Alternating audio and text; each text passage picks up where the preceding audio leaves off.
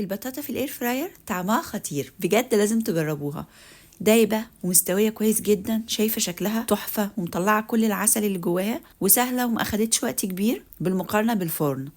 وزي ما عملنا البطاطا في الميكرويف وعجبتكم جدا، هنجرب النهارده كل وصفات البطاطا في القلايه الهوائيه. هنعمل بطاطا صغيره وحجمها متوسط وهنشوف اخدت وقت قد ايه، وهنعمل كمان بطاطا حجمها كبير وكميه كبيره وهنشوف هتاخد معانا وقت قد ايه برضو. وكمان هنعمل شرايح البطاطا بالسكر والقرفه، وصينيه البطاطا بالبشاميل، وكل طواجن البطاطا. ولو اول مره تشوفيني متنسيش اللايك والاشتراك وفعل الجرس على كلمه الكل عشان يوصلك فيديوهاتي الجديده. انا هنا غسلت البطاطا كويس جدا بفرشه الخضار، وبعمل كده فتحات بالسكينه عشان تستوى اسرع، وكمان العسل بتاعها يطلع. وهفرش تحتها ورقه زبده.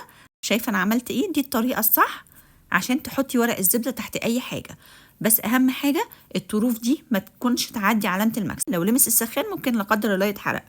فدايما ورق الزبده افرشيه بالطريقه دي تحت البطاطا، بس ما تعديش علامه المكس من الجناب. وبدات ارص البطاطا زي ما انت شايفه، الكميه دي قليله، حوالي كيلو بطاطا متوسطه وصغيره، وهنشوف هتاخد وقت قد ايه، لان احنا هنعمل برضو بطاطا حجمها كبير وكميه كبيره، وبرضو هنشوف هتاخد وقت قد ايه. وهشغلها على برنامج البطاطس الفريش اللي احنا بنعمل بيه البطاطس العاديه مش المجمده. البرنامج ده في قلايه فيليبس، درجه حرارته 180 ومدته 38 دقيقه.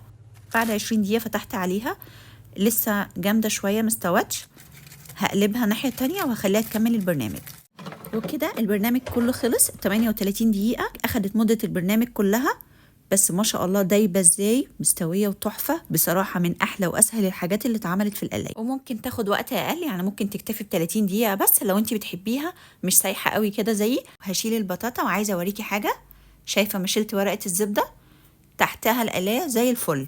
لو عملتيها من غير ورق زبدة هتلزق العسل في القلاية وهيبقى رخم برضو في التنظيف. ودلوقتي انا عايزة اعمل كمية كبيرة من البطاطا، فشلت الشبكة وهشتغل في الحلة بس. بعد القلايات لو شلتي الشبكة المكان هنا بتاع الايد بيكون مقفول، دي تقدري تشتغلي في الحلة بدون الشبكة. لكن لو المكان ده مفتوح زي مثلا بلاك اند ديكر EF 700، المكان ده مفتوح فالبخار هيطلع منه، فمش هينفع تشتغلي من غير الشبكة.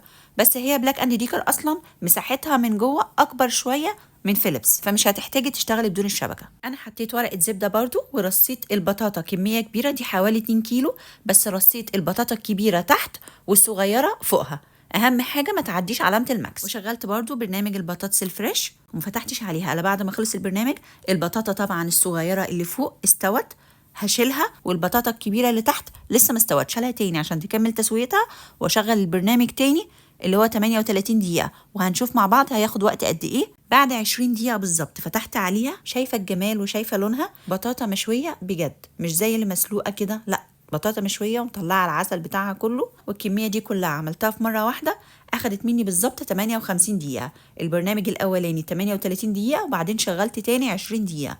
ودي بقى بطاطايه مكلبزه كده حوالي نص كيلو، فما رضيتش احطها تتشوى معاهم، قلت اقطعها حلقات كده واعملها بالسكر والقرفه. قطعتهم حلقات متوسطه الحجم زي كده، وحطيت المره دي ورقه زبده من بتوع الاير فراير، وهدوب معلقتين سكر على معلقتين ميه، ورصيت حلقات البطاطا وهرشها عليها، كمان رشه من القرفه لو انت بتحبيها. انا عن نفسي بعشق ميكس السكر مع القرفه مع البطاطا، بحبهم جدا. لو حد فيكم بيحبها زي يكتب لي في التعليقات. وحبايبي اللي بيشوفوا الفيديو وبينسوا تحطوا اللايك، حطي لي اللايك عشان تشجعيني اعمل فيديوهات اكتر. انا هنا شغلت برضو على برنامج البطاطس النيه 38 دقيقه على درجه حراره 180، وفي نص الوقت هفتح عليها اقلبها على الناحيه التانية واكمل البرنامج تاني. كده الوقت خلص. شايفين الجمال؟ ريحه البطاطا واصله لكم؟ انا جعت وانا بعمل مونتاج الفيديو. جربوها وبألف هنا. وبرضه هشيل ورق الاير فراير وهوريك اني مش محتاجه غير انها تتمسح بقماشه منديه بس. ويلا بينا نشوف طواجن البطاطا في الاير فراير. انا عملتها بالتفصيل في فيديو هسيبه لكم في صندوق الوصف. اول حاجه معايا صينيه البطاطا بالبشاميل. انا هظبط يدوي 10 دقايق على درجه حراره 180، يعني من غير برنامج. شايفه اللون ما شاء الله، كانت تحفه. وكمان عملت طواجن البطاطا بالجوز الهند والزبيب والمكسرات، وطواجن بطاطا بالسكر والقرفه، كلهم بظبطهم 10 دقايق على درجة حرارة 180.